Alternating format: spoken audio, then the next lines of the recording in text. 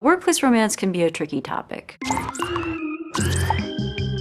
How do we manage the boundaries between our personal and professional lives? How do we deal with gender imbalances and power dynamics in the workplace? There's a lot of gray area in workplace romance. I'd like to take a few minutes and answer some of your frequently asked questions. So question 1, should I date my coworker?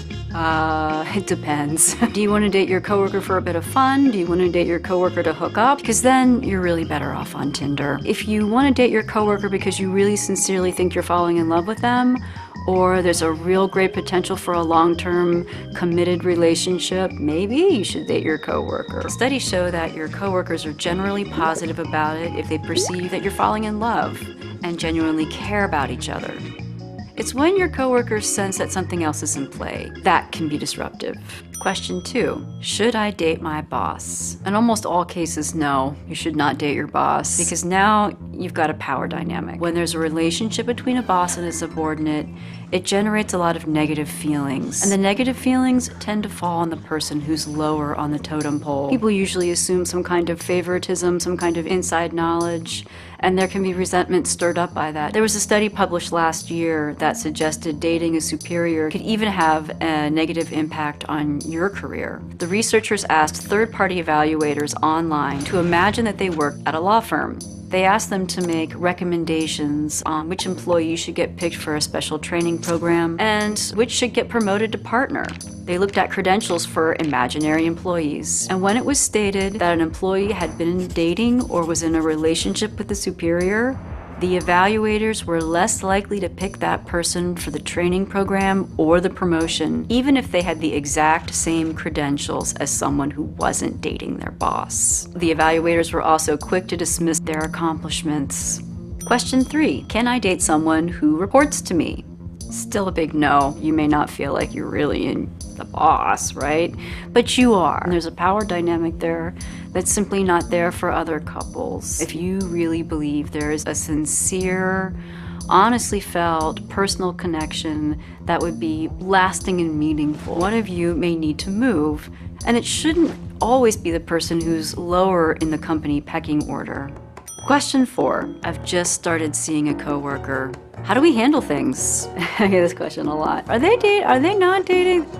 Don't keep it a secret. You don't have to make a big deal of it, but secrecy tends to be corrosive. People tend to see workplace couples as a coalition or a unit. So try to make it clear to your coworkers that you're not the same person. You love each other, but you are going to disagree. Question 5, why are coworkers often attracted to each other? Well, the obvious answer is people tend to be attracted to each other the more time they spend together. But there's another ingredient that has to be added. Attraction tends to happen when there's work that demands close collaboration. So imagine you have a big group project with a tight deadline and you're working late nights and brainstorming ideas. You look up and across the table, one of your colleagues throws out a really great idea. You may feel something, and that's natural. We call this task interdependence. It's a ripe ground for attraction. Second reason why people at work are attracted to each other is they may often be similar to each other. There's 2 old adages, birds of a feather flock together and opposites attract. Well, the psychological research suggests birds of a feather flock together. We like people who are like us. Question 6. My coworkers are flirting. I'm annoyed. What do I do? Some researchers argue that for people flirting at work,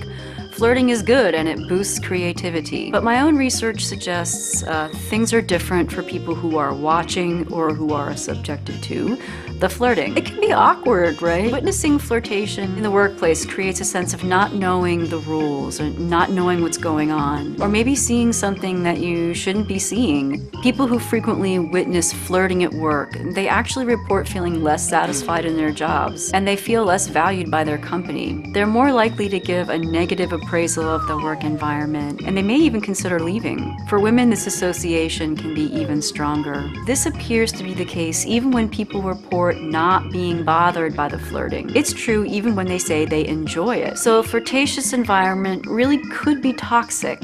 Question 7, do I need a policy on workplace relationships?